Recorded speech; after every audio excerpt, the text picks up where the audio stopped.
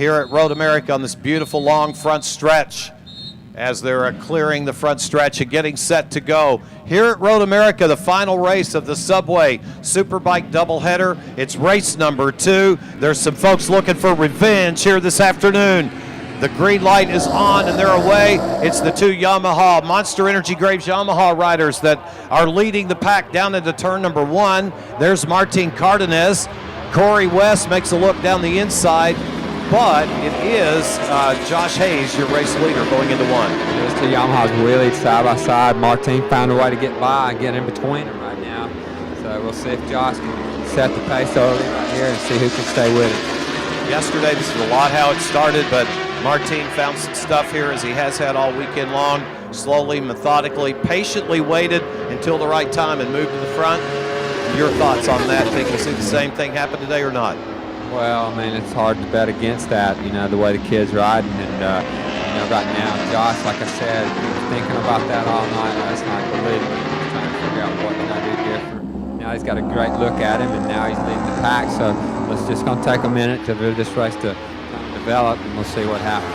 Martin Cardenas for the Yoshimura Suzuki factory team in the 2 spot between the 2 Monster Energy Graves Yamahas, and he's looking racy. He took a look underneath at Josh Hayes that time and thought better of it. The KTM RC8R got a good start. Fillmore's in the 5 spot right now. Number 11 doing well here this afternoon.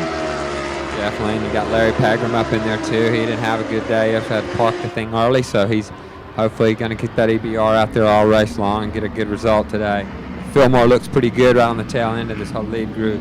It's good to see the KTM running with our lead pack here. There's a good look at number 95, Owensboro, Kentucky's Roger Lee Hayden. Definitely in the hunt here. He's in the 4 spot.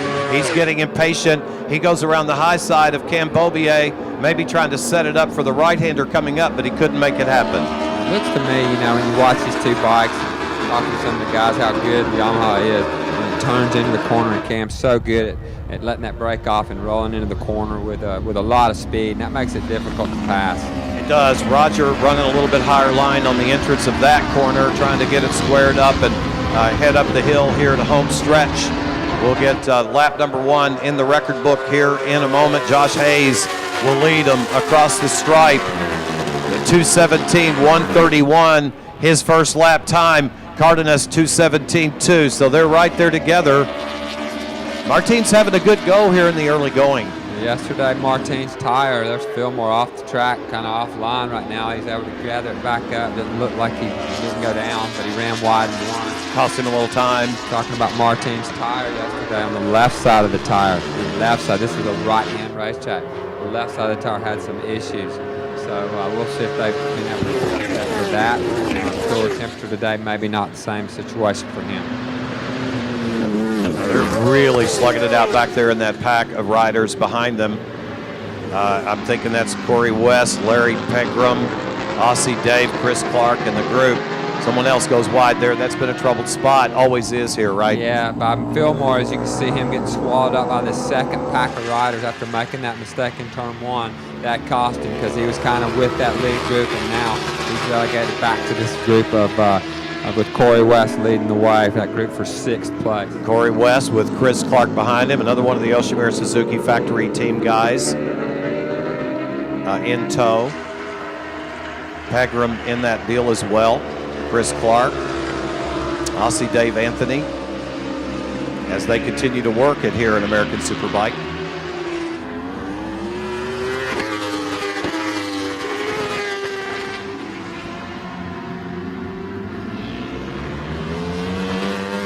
How about that? Number 13, Corey West on the Team Amsoil Hero EBR 1190 RS, going up front and running very, very well here. Yeah, there's a whole line of guys. You can see Farrell. It looks like Jason Farrell down there on the inside on the 86, making some moves back in there. He picked up a spot on the brakes right there. So these guys got their own little race going, separate from the race up front. Yeah, we do. There's Chris Clark in the 2nd spot in this particular battle. Number 11, Chris Fillmore behind him as the leaders scream across our position here on the front stretch. This battle heads up the hill. Now we're back to the front, and there's the Mississippi Madman, number 4, Josh Hayes, having a good go early on, but the fastest lap of this race belongs to number 2, Cam Beaubier, 2:12.761 here in the early going, and it is early. Working lap 2 of 13, 11 remain. Yeah, it's kind of the way he rides it. You know, he didn't get the start that maybe he wanted, so he's just kind of pacing himself. Beaubier, I'm talking about, now he's got the fastest lap of the race. But this morning, Josh Hayes was the quickest man on the racetrack, so maybe he's found something in that Yamaha, and it's going to be hard to get around him for sure. Well, as you well know, he likes to get out front and bury the competition. Here, right in this one, he cannot shake Martin Cardenas. He is there in his wheel tracks, working it here at Road America. Martin looks strong to me in the early going of this one.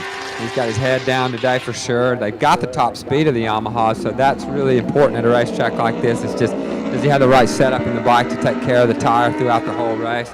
And can he hang on? Because he was there yesterday for a while, and then he dropped like a bad habit. Cam Beaubier riding back there in that third spot following Martin Cardenas. We talked of this yesterday in race 1, Scott. He's known when he was a GoPro Daytona Sport Bike rider, he was known to be a patient guy, waiting for the race to come to him. That's what he did yesterday. Perhaps that's what he has on his mind here today. Yeah, he knows it's you know, we got 10 laps to go when they cross the line, so he's got plenty of time. No pressure from Roger behind. Roger's getting dropped off the back of this pace, and we don't know why. I talked to Roger this morning briefly, and he's like, man, I don't know what's going on. He just kind of was lost with what the bike was doing and the feeling that he had with it. So again, it looks like he's a little bit out of it right now. On his social media stuff, he just said, I was just slow and kind of got my tail kicked yesterday, hoping to be better today. But right now, he's probably not too happy with his lot in life as he rides along back in the 4th spot right now, watching the battle in front of him. Well, talking, you know, he's doing everything right. He stepped up his training program and everything, but right now he's lost the way with the motorcycle, and you know, hopefully he'll salvage something here today and fight with these guys at Barber. Josh Hayes has got his hands full. Don't think he doesn't. He's got 2 good men following him right there. Martin Cardenas on the Yoshimura Suzuki factory bike, number 36, and Cam Beaubier, his teammate, Josh Hayes' teammate, running in the 3 spot. And they are right there, nose to tail. And at some point, patience are going to grow short, I believe, for number 36, Martin Cardenas. And I believe he'll try to make a move somewhere. It's still a bit early yet, maybe. Well, I think definitely he's going to want to try to make a move. Whether he can make it happen or make it stick, that's yet to be seen. Following Josh Hayes is one thing. Passing him is a whole nother deal. Because Josh is definitely strong on the braking zone. He's basically strong everywhere around the racetrack. So much experience. He's accomplished so much and still laying down markers in his career. Number 4, Josh Hayes, leading them here at Road America in race number 2.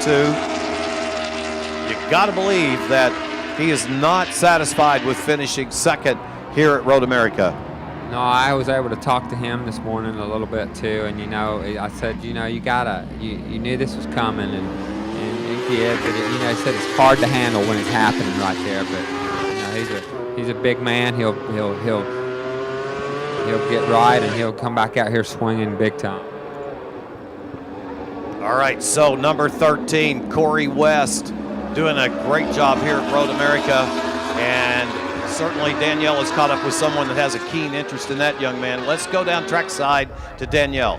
That's right, Barry. I've caught up with Eric Buell, Mr. EBR himself. Eric, you're in your backyard. How is it coming out here and supporting your team in your backyard? Oh, it's a great feeling to come up here, and a lot of the guys from the plant have come out, and a whole lot of fans from the area. Great, and there's a great showing of EBRs out here as well. Yes, we're so excited to have Larry and Corey riding, and Foremost helping us, and Amsoil back in, and Corey's putting in a great ride. Thanks, Eric. Wow, Eric Buell, he's one of the great, thank you, Danielle. He is one of the great engineers, perhaps mechanical genius. He's done so much as an innovator in this sport with mass centralization, getting all that weight to the middle of the motorcycle and down with the ZTL braking system, putting the disc on the outside of the rim, oil in the swing arm on some of those models, fuel in the frame. I mean, this guy, he's just all that, but one of the bikes is in trouble there, and I believe it's West. Yeah, it looks like a little off track excursion. version. Don't know if he went down or not, but he definitely took a ride through the kitty litter. But right now, the race up front is the one we want to talk about, and these guys have picked up the pace. All three of these guys are running the 2:12, and I'm pretty sure that's as fast as Martin's gone all weekend. You're right, exactly. Martin does own the fastest lap of the race, 2:12.669. That was his last one. He's motivated right now. And you know, Scott, are you watching? He's not. Well, I know you're watching. You watch intently everything that happens on this racetrack. He is not following Josh Hayes. He's definitely taking a totally different line into each corner. Yeah, you just want to offset a little bit, you know. You never want to get in the mode of following a guy, but sometimes you end up following in the wheel tracks. That's just the line that you have to take. But anytime you can offset and take a look on the inside to the outside, I always like to do that, and it looks like Martin's doing that as well. Especially the closer you are to him, I suppose that if that door opens, if opportunity presents itself, you're in a position maybe to make a move. Right now, with as we are working lap 4 of 13, we've got a rider down here. It's one of the Geico machines. That's Chris Ulrich. I saw the hammer on the helmet, but and that's in the turn 5 area. It looks like maybe turn 8. Hard to say. He's out off the bike. It is turn 8, and it is Ulrich, as a matter of fact. So tough break for Chris Ulrich here.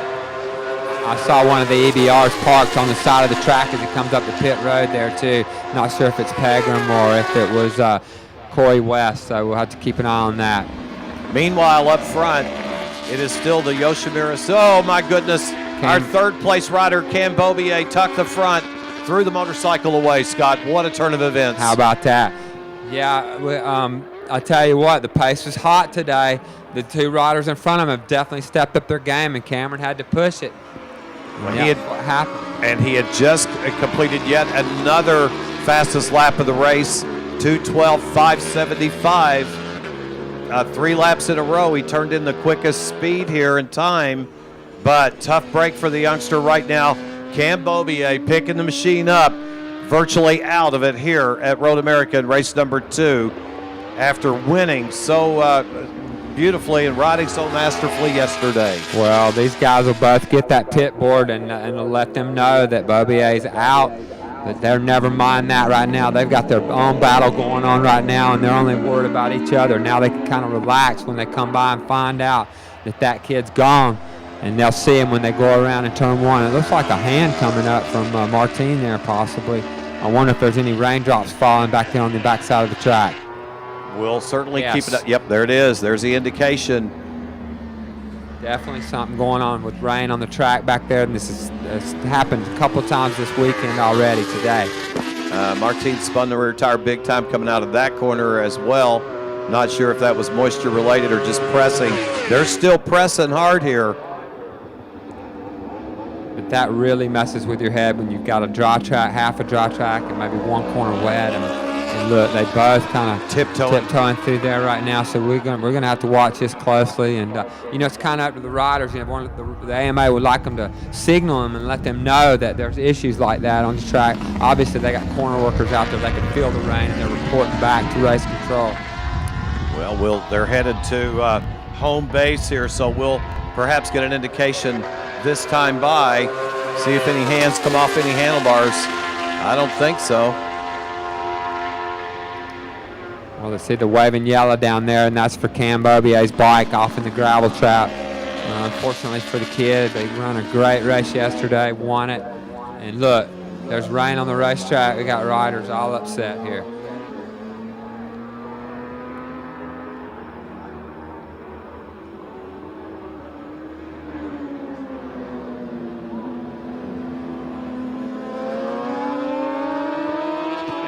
That's Jason Farrell, not a happy camper right there. There's your race leader, Josh Hayes.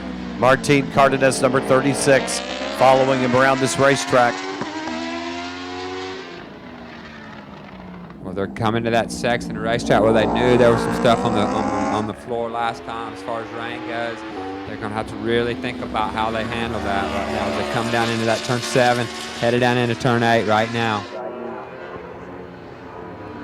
Yeah, it's raining in the hot pit now, and we have some riders pointing upwards, so We'll see how it shakes out. Working lap 6 of 13. There are 7 laps remaining in our American Superbike race number 2 here at Road America. These two have been locked in it since the initial start. Josh Hayes got a great start, got out front. Cardenas did too. They're tiptoeing through there. You can see their knees not even on the ground. So we got issues back there on that side of the track. Hopefully it'll blow by and we won't have to red flag this race as well. Farrell's back on his bike.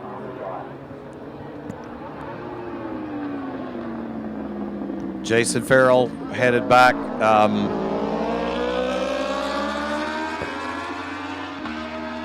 Jason Farrell with the race leaders bearing down.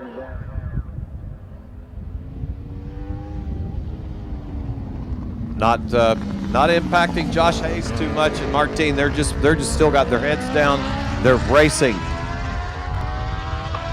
We're waiting for an indication. We've seen nothing from our race leaders yet about weather-related issues. They're still up there racing. I think they want to wrap this thing up and get done with this race. They don't want to stop it. Obviously, they feel like they can tiptoe. As long as the flags are out to let these riders know that there's rain in the area, then they got to just slow the thing down and kind of get through that area. And now you see the flags pretty much displayed everywhere. Pretty much, as Josh will lead them down into that right-hander at the bottom of the hill. There's 36, Martin. Again, you know, AMA Pro, they're going to look to these race leaders to give them an indication of what they want, what they believe. And right now, these two are just racing one another. They'd like to settle it between themselves. And the red flag is going to be displayed when they get back to the stripe. But of course, these Clearwater lights that we have displayed around here are so amazing to me. There's so many factors that relate to these Clearwater lights that I think are worth mentioning. I mean, they're hardly even know where to begin, but they're LEDs. They're used in portable or permanent installations. They make every track and every rider safer. The lights are strategically placed, obviously, where the riders could best see them. No need to look off the racetrack for a flagger anywhere when the switch is flicked. And there's a good look at it right there underneath the Johnsonville Bridge, one of those Clearwater red flashing lights. They could work at any track due to high-power radio transmissions with over 3 billion encrypted codes, and work well at a demanding track like this one as we watch the riders assembling here on the hot pit.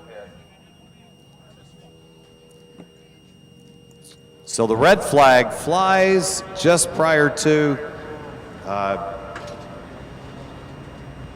the halfway point, and we've got good rain really beginning to fall here on the front stretch. I'm not sure, Scott Russell, what it's doing elsewhere around this racetrack, but you can definitely see some moisture falling here in our view. Yeah, it's unfortunate. It's just been like this all day, and you know, you'd hate to have to stop a race like that in the middle of it. But it's got to be done. They're running on slick tires. They got to rethink this.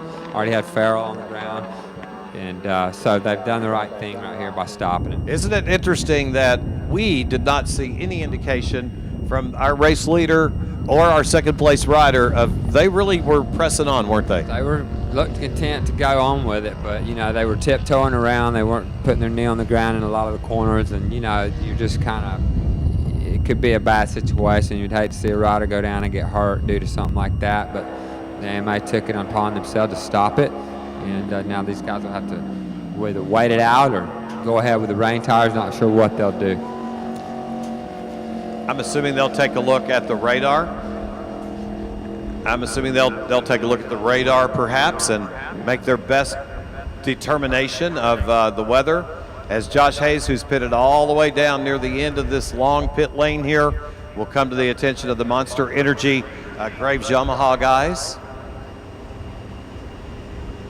He'll hop off the machine. It goes up on jack stands. Tire warmers, of course, immediately go on, maintaining the heat in those Dunlop tires. There's Keith McCarty, the rest of the crew. There's Jason Farrell's machine after he went down in the wet. Apparently going to change out the Going to change out the body work, some body work on that. And the minimum 10-minute red is working. The minimum 10-minute red is happening right now, so that clock is running. As you get a little look at the Farrell Performance Kawasaki ZX-10, got a little bit of damage on it, and Jason himself down there working on the motorcycle.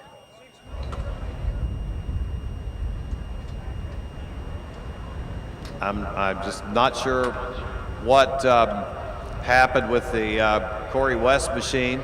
It was interesting that we got a interview with Eric Buell here in the middle of the race. That's pretty cool. He's from this area. The company is from this area. And lots of employees here from Harley-Davidson Motor Company. Lots of employees here from EBR. And it's really good to have this American company in our sport. And to have his bike in the top 5 with Larry Pegram right now, so that's pretty good for a racetrack with a lot of high speeds. They're doing well. And just behind Pegram is the KTM RC8R of that man right there, Chris Fillmore, as he talks things over with his crew as well. Track truck doing a little retrieval here on the racetrack. They're picking up Cambobier's machine. There's the man who was running a strong second throughout this race, number 36, Martin Cardenas. Yoshimura Suzuki factory team working it here.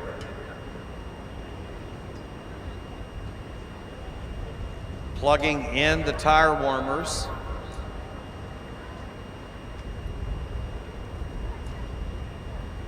Plugging in the tire warmers and adding fuel. And now let's go down to our hot pit lane to Danielle.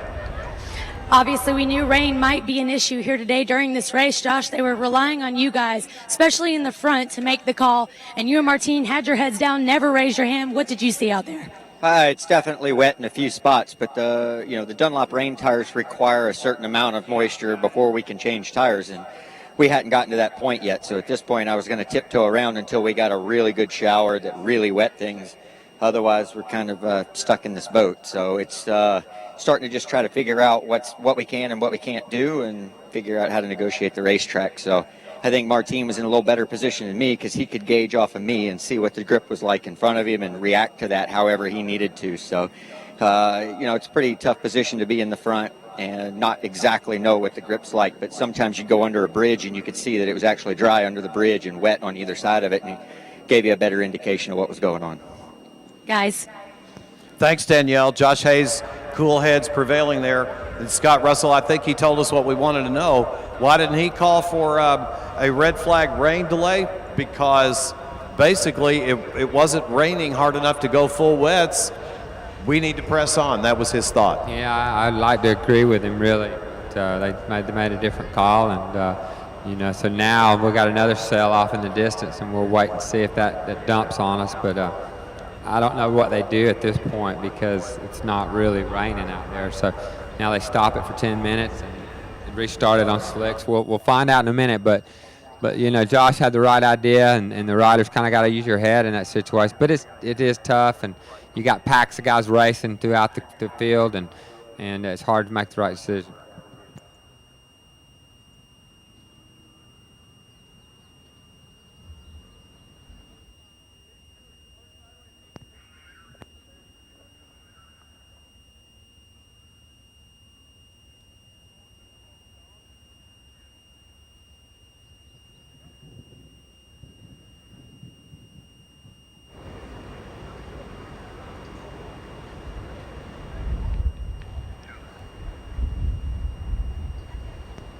Interesting conversation, Dave McGrath, discussing things over the official radio, that really basically we make the call when we see enough people calling for it.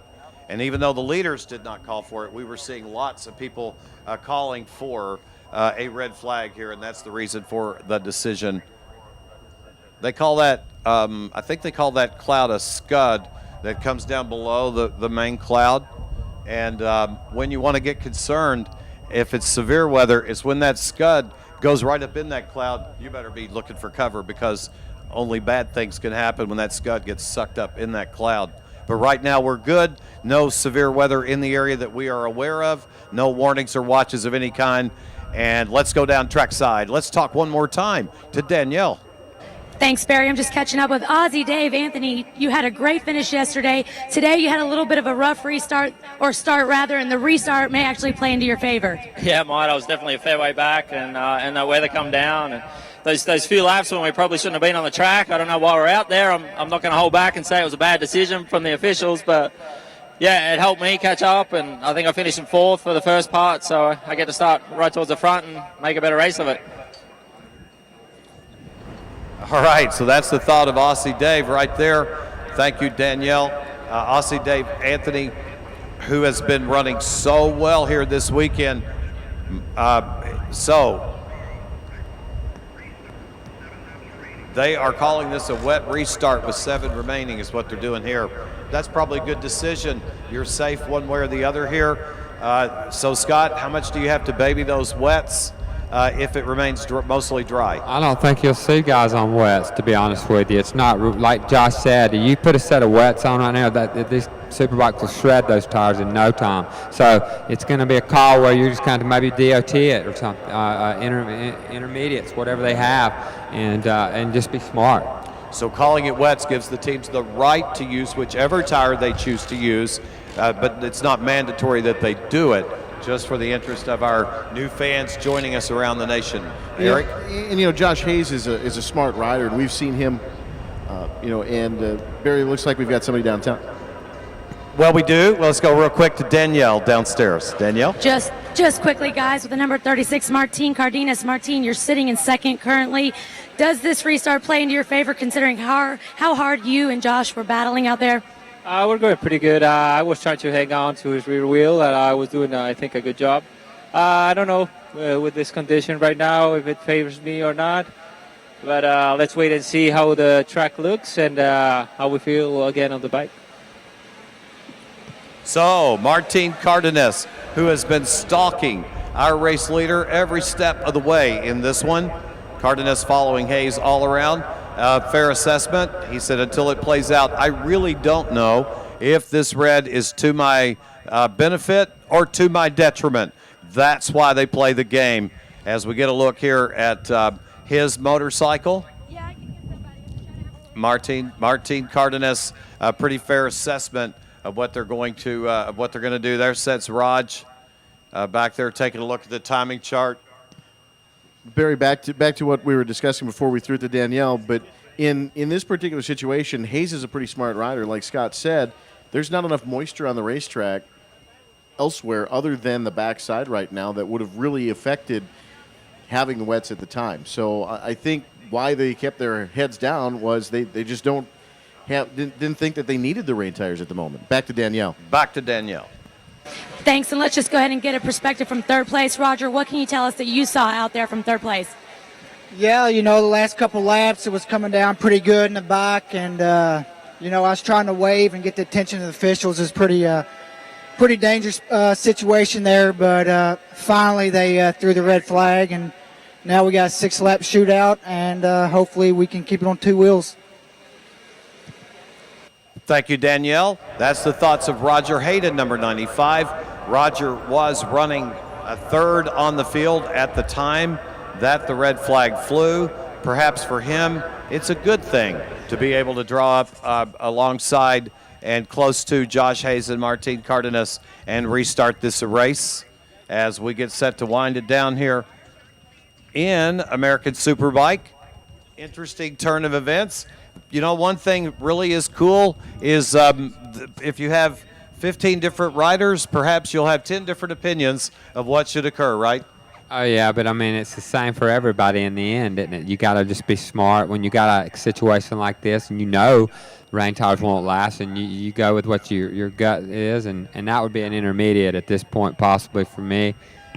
Maybe somebody gambles and goes slicks because I don't think there's much in between the intermediate and the slick. Good look at our hot pit paddock area. Look at the orange and white of the KTM. Let's go down trackside to Danielle Teal. Danielle? Thanks, Barry. I'm just going to catch up with the number 11, Chris Fillmore. Chris, yesterday and all weekend you said you've been having some issues with your KTM, but today things seem to be worked out. Yeah, the guys did a good job today and put the thing back together, and it was feeling good before the rain. You know, that's a little bit spooky. These conditions are kind of the worst we could possibly hope for. So, you know, hope he stays dry and we can get this KTM up front. Thoughts of Chris Fillmore as he gets set to go.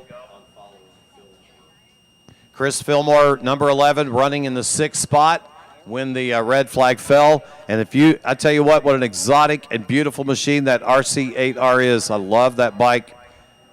Love them all, but the KTM certainly has a look about it that's different, unique. And Chris Fillmore riding it well. There's the EBR. The twins pitted side by side here. Pegram beginning to stretch and loosen up here just a little bit. We get set to go back under green in just a couple of moments. About a minute or so.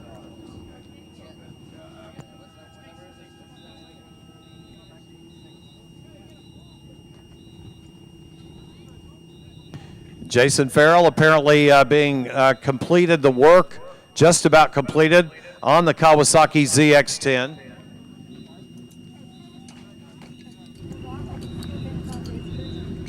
So, number 86, Jason Farrell from Oshkosh, Wisconsin. We absolutely watched a lot of the work being done. They're high-fiving all around. Pretty happy down there to have that job done and be able to rejoin this field on that ZX-10. Let's go down to the Farrell pit with Danielle. Thanks, guys. I'm just looking on here. There was a big crowd that's gathered around local Jason Farron. They all applauded as he rode off. And he is going to re-enter the race and restart with the rest of the Superbike field. Okay. All right, Danielle, good job on that. They are definitely excited about the work they have just completed. A yeoman's effort. Even the Dunlop guys are down there high-fiving with these folks from Oshkosh, Wisconsin.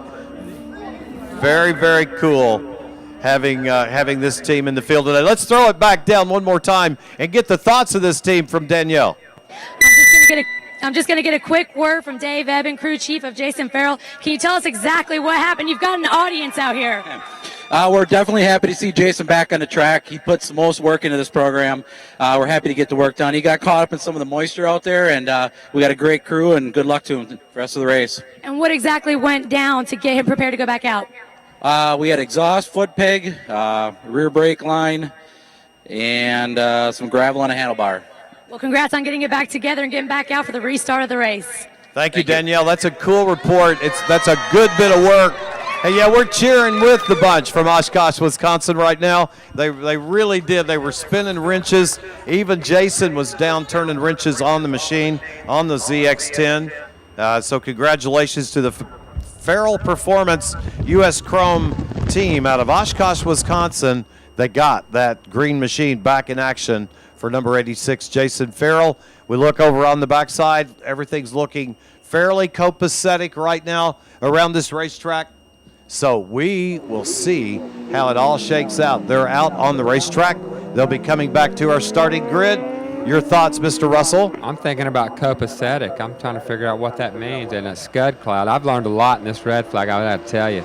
But I'm having fun up here with you, and I'm just happy that we're back on track and we're about to go racing again. Yeah, I thought he was throwing big words out all weekend. So, but we've had a fun time up here. But what does this red flag mean for a lot of these riders now with different tires? Now the bike's going to feel a little bit different for those that change tires, right? Well, it's hard to say because we really don't know what they chose. You know, a lot of these guys may have just stayed with the slick. They know more about these tires now than I do. The DOTs, I don't know if they offer quite as much grip. Like I said, they're not going to clear a lot of water anyway, so maybe they roll the dice and just stay with the slick tire. Eric, we'll have to wait and kind of see what we can see on the grid when they pull around. I love that report. You know, it's Dave Despain was on my radio show a couple weeks ago, and we were chatting, and he said that what makes this sport enthusiastically fun is the passion of the paddock, and no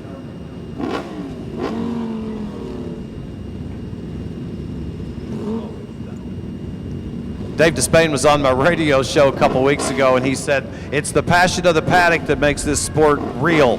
And we just saw some of that passion in Jason Farrell. Now we get set to go as the bikes have assembled here on the front line. We are going to conclude this one, hopefully, without incident. It has been declared wet. You could make your tire choices accordingly. So we are going to see, but all we see down there, Scott Russell, is what? Looks like slick tires from me. Looks like everybody's kind of stayed with that. So back we go racing again. You can certainly see back behind 14 the darkness and the moisture way on out there. But the sun is actually shining right on these riders right now. It's bright. Martin says, okay, I get a second shot. I'm going to redeem myself. Cardenas leads them out of 1 and into 2. It is Josh Hayes looks to the inside. He'll make that work, so he has retaken the spot. And Roger Hayden got a really good start. I think he's in 3rd. Yeah, look at Josh. He's really got his head down. He made that move in turn 3 as they go down that straightaway. He didn't want to get behind Martin. He wanted to get right back to where he was, leading this thing again, and maybe he can pull away on this one. The restart well underway in Superbike race number 2. Thank you for staying with us out in fanschoice.tv. We appreciate all of you for remaining on board with us through our brief red flag brought on by weather related here. Of course, those at the racetrack, it's really good conditions here. The race is definitely on here in Superbike 2. Boy, look at Chris Clark go. He's moved up into the 4th spot right behind his teammate there, Roger Hayden. Great start by him. He made that move on Larry Pegram down into turn 5. And he's right there. Fillmore's right there looking to race too. Yeah, Chris Fillmore having yet another good run here. He's back in the 6th spot right now. Pegram's running in the 5th spot. Aussie Dave Anthony 4th. So those guys having to go of it. Roger Hayden is 3rd at the moment. There's a good look at Josh Hayes, Martin Cardenas, and Roger Hayden will come into view. This is definitely not good for the rest of the field. When you see Josh Hayes get a gap like that on 1 lap, you know, he's definitely not scared right now. He looked at the racetrack on that warm-up lap and he thought, I'm going to throw down right here on the 1st lap, try to break these guys, and that's exactly what he's doing right now. There's Raj, number 6, Chris Clark, working through it. You're right, Josh Hayes has put his head down. He's going to work here at Road America. Going to try to bury this field as quickly as he can. And for an update on Cambobier, let's throw it down trackside for Danielle. Danielle? Barry, I just spoke with Al Luddington, and he said that Cam got his bike put back together, and before the leaders are crossing the start-finish line again, he was able to get out and take full advantage of getting some well-needed points. Very cool. Thank you so much, Danielle. As the Yoshimura Suzuki guys battle it out amongst themselves, the Monster Energy Graves Yamaha rider Josh Hayes has pretty much checked out on this field. Josh with a 2.151 advantage as they cross the stripe, and I think he's still pulling away. Boy, Chris Clark's really feeling it right there. He put the move on his teammate down into turn 1, Roger Hayden, so this is definitely the fastest we've seen Chris Clark ride that Yoshimura Suzuki all year. It is, and it's good to see Chris running well here. He's got his head down. It's a little bit of adrenaline flowing out here on this racetrack right now. Some flowing up here as well. Roger Hayden now getting a look at the tail section on the Yoshimura Suzuki factory bike. His teammate Chris Clark in front of him. Josh Hayes, your leader. Martin Cardenas right there in the 2 spot. Then comes Chris, and then Roger Hayden. It's down into turn 8 right there. There's no change with these 2 guys. Actually, Chris Clark's getting away from Roger Hayden. He's definitely missed the setup this weekend, and he'll be scratching his head and get ready to get out of here and let's go to Barber. He'll be ready to set the reset button and begin anew. So the fastest lap of this race belongs to Cambobier, 2:12.575. However, they're turning laps right now that are very blistering pace up front because Josh Hayes is on fire. Yeah, this is what he likes right here, out front by himself, no pressure, just racing the racetrack right now, hoping he's trying to get this thing wrapped up and get these laps done quick so it doesn't rain again. That's what his goal was the first time. He said, okay, they threw the red, no problem. We'll just go out here and do it again and conclude this thing. So we're working lap 7 of 13, and Josh Hayes is pulling away from our race field. Martin trying to chase him down. Then we look back at the battle between Chris Clark and Roger Hayden. There's Hayes. This will give you an idea of the gap between them. There's Martin under brakes. Raj takes a diving move on the inside, looking to take it away from Chris, but Clark able to hold on. Just doesn't have the confidence in the bike to turn into the corner. You know, that's where Roger makes his money, on the corner entry. There it is. He's going to prove me wrong. He dives down the inside of his teammate, but still, you can tell he's struggling. He's been struggling all weekend. A little bit timid in his actual attacking the racetrack, it appeared. Just to put it in perspective, the times now, like Josh Hayes' last lap was a 2:14, so that's about 2 seconds, almost 2 seconds slower than they were running before the rain came. So obviously the track is a little bit slower right now, or he feels like I don't need to go any faster at this point.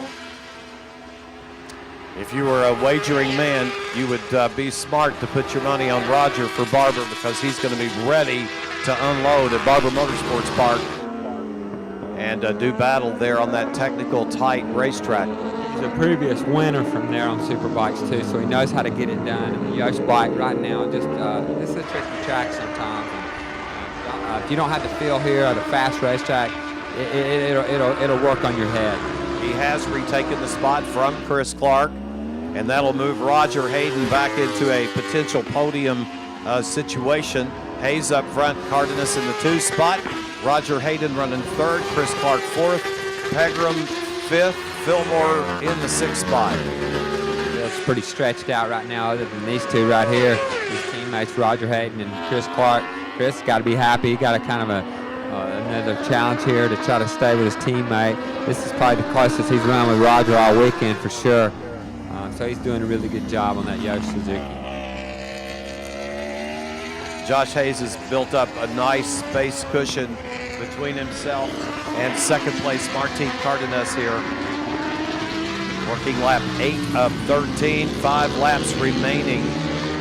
Chris has got that draft as he come over the hill right here and across the start-finish line. Let's see if he tries to put that move on his teammate Roger down in turn 1. Roger looks like he's trying to cover the inside a little bit. Chris decides, no, I'm not going to push that issue. Let's just kind of ride right here for a minute. Can't take anything away from Roger right now. He's 3rd in this race. He's going to potentially, if he can continue to hold off his teammate, he's in line for a 3rd place podium finish, but that's a big word, if, at times. It's a small word, but it has big implications here. Chris Clark has not turned loose of the possibility of a podium.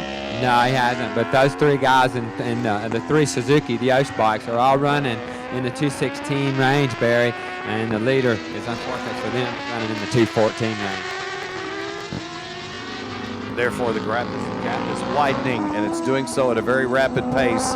We've seen Josh Hayes bury this Superbike field many, many, many times. Not so much of late, but we've certainly seen him do it.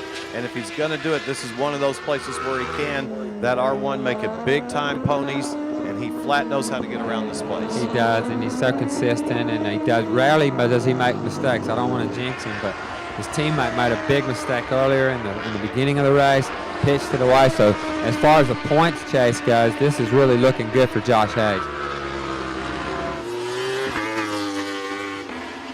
Chris Clark still pressing hard, trying to overtake his teammate. Right now is about 4 bike lengths behind. He closes under braking just a little bit. But no doubt these 2 Yoshimura Suzuki teammates are going to have to perhaps settle this one as we get down to the wire. Roger appears to have the measure of him at the moment. Starting to get a little bit of a gap in as they come through Canada Corner and drive out. And, you know, some consolation for Rogers, he can still see Martin up there and ahead of him, and he's not just totally driving away from him completely. So, you know, Roger knows that this is just one of those weekends, man. I got to take what it's going to give me and regroup, and we'll go to Barber and try again. It's really the only thing you can do.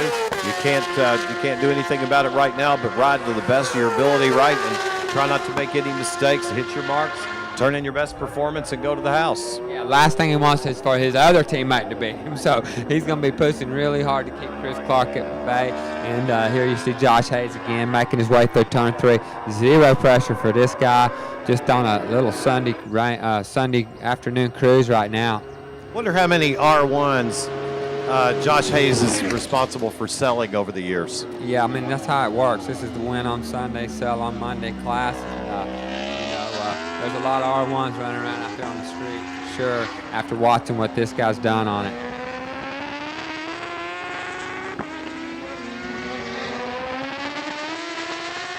Thus far, after our brief red flag rain delay, this race, the balance of this race has been unaffected, unimpacted by moisture. There's plenty of it out there, as we can clearly see, but it's yet off in the distance just a little bit here. We're at that point in the race now. If they had any issues, they'd have to end up calling this, because we're definitely 80% on this one. And I don't think, hopefully we'll get this last couple of laps in right now. It doesn't look like there'll be too much changing in orders right here, but Chris Clark's not done. Roger looks like he's kind of reeling him back in. No, Chris maybe was waiting back there, saving a little tire, and maybe waiting to make a last-minute charge. And just to expand on what Scott Russell said, again for benefit of our new fans, and we know we have several joining us on fanschoice.tv, and I've met several at the track that are here for their first time. The rule is once you are past the 80% mark, then you can, and they typically do, if it's going to be a long red, go ahead and call it a race. They certainly have a right to do so after 80%. We're definitely there. They're working lap 10 of 13. It will be 2 to go when they get back to the stripe. And what's this? 80% now is in the book. 80% in the books.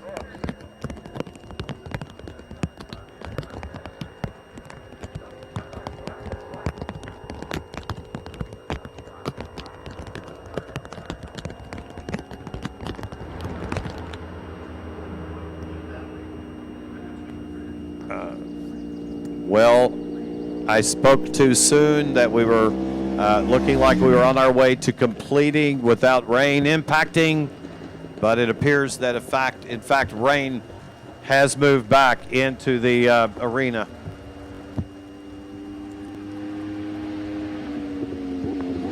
Now, Barry, we saw that a lot of these riders had slicks on the restart. Now with just short of a lap and a half to go here, with the rain starting to fall here on the front straightaway as well, what does that do for someone like Josh Hayes? A big wiggle coming off of turn 5 up the hill.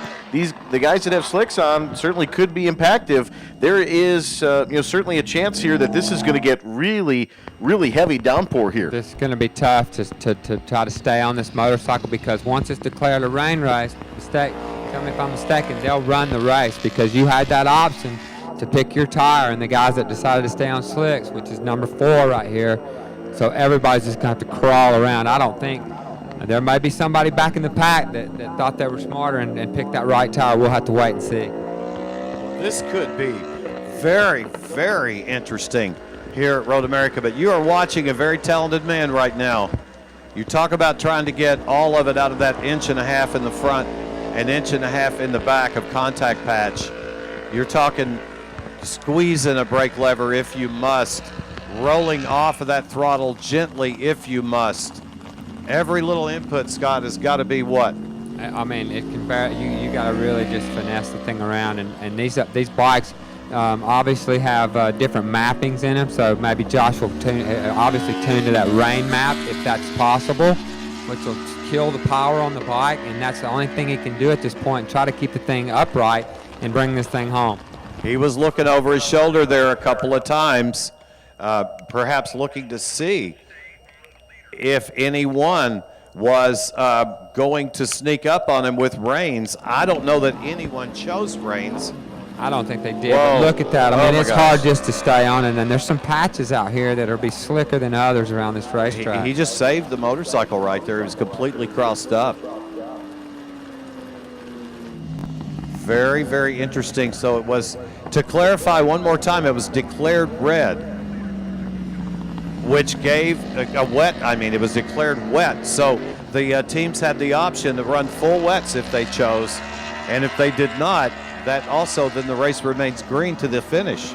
So you just short shift the bike and just get it around the racetrack. The Yamaha I just heard go by was Cam Bobia. He must have dug his bike out of the gravel trap and rejoined the race several laps out. He's still out there running around. Well, right now he is shown. He's shown still in the 13th spot. We'll see what happens when he comes back around. So he's out there trying to salvage some points. Yes, Smart he is, move. just like his team said he would need to do. Yeah. They were thankful they could get the bike back together and that he was able to continue, and he was just going to try to get all the points he could get. This will be the longest lap of Josh Hayes' life right here, going around this 4-mile track, tiptoeing in the rain. And it's raining hard everywhere now. There's standing water all around this racetrack. The white flag has been displayed here on the front stretch. So they are riding it. They're all having to ride in the rain here to finish this one. Josh Hayes.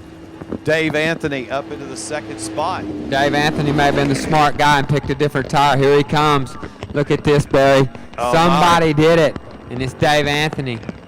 Is that right? No, that's the 67. They've got Dave Anthony in second spot. Maybe he picked a different That's tire. Francois Dumas. And I think this is of interest, though. This is of interest. They are showing Aussie Dave Anthony in the 2 spot here.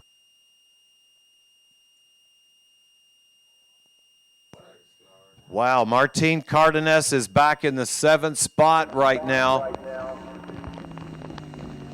It's Dave Anthony in the 2nd spot, Roger Hayden in the 3rd spot, Chris Clark 4th, Chris Fillmore up to 5th, Pegram 6th. We're all tiptoeing all around this racetrack right now, coming to the checkered flag. I don't believe anyone went with wets. It just didn't look like a wet racetrack condition, but I'm not sure of that. He's in the carousel right now, is Josh Hayes. According to time and scoring, he had 19-second lead on David Anthony that time by, so he should be no problem. He's got a quarter of a lap left, really, to get this thing back home. Tricky little spot here as well. Trent Gibson makes his way down the pit lane. When Josh Hayes does make an appearance the next time here at the stripe, it will be checkered flags awaiting for the Mississippi Madman.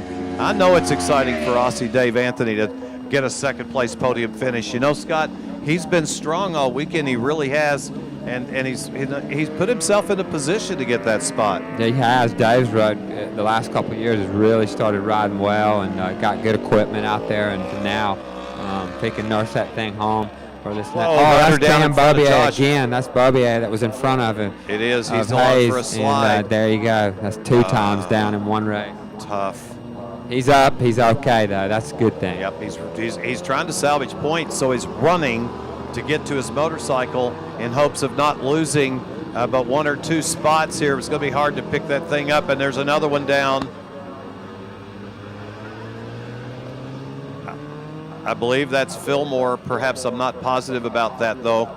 Yep, it's Chris. He's running to get out of harm's way, and now the red flag flies. The red flag is out for that man right there. Goodness. The red flag has flown, but not before the damage was done here at Road America.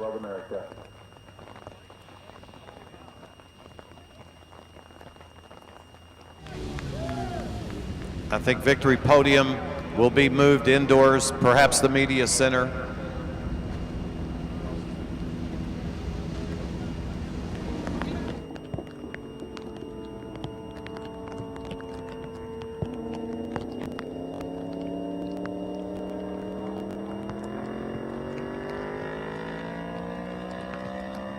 Yeah, Podium is in the media. I hear that too. Podium is in the media center. That's going to happen shortly.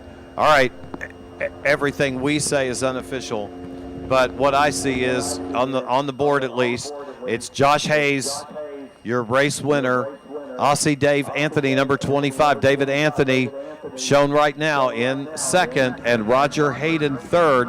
Here is Josh Hayes.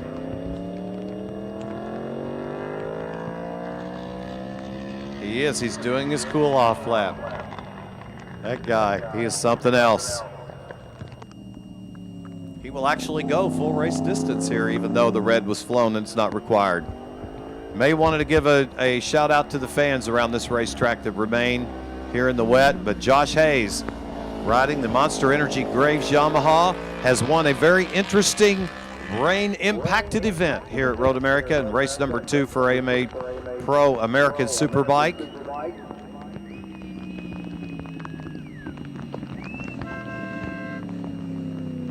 Easy, Josh, just easing around there. It's pretty deep. There's those Clearwater, getting a good look at that Clearwater LED red safety lamp system. A lot of respect for that guy right there. Josh Hayes has won Road America race number 2. His teammate Cambobier took race number 1. So the Monster Energy Graves Yamaha team has swept Road America. We've got medical rolling over there for some reason.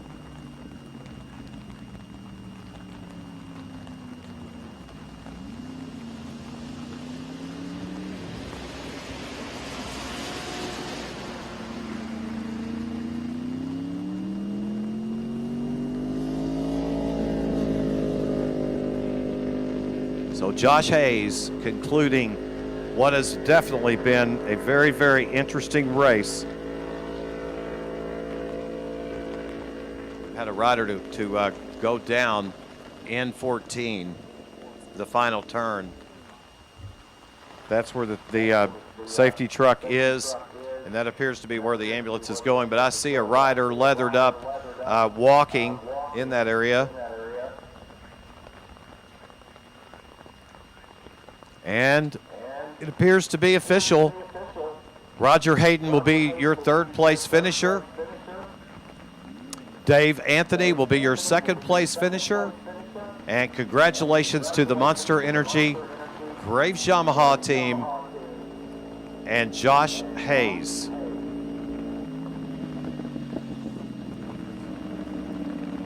There's Josh. He'll make his way back to his team, and then they'll all be coming over to the media center for victory podium celebration. What a day here at Road America. The Dunlop tires having to earn their keep here late in the going in the wet. The Subway Superbike doubleheader is in the record book. It's almost impossible not to come here and have some kind of impact from weather somehow. Forecast Gary. always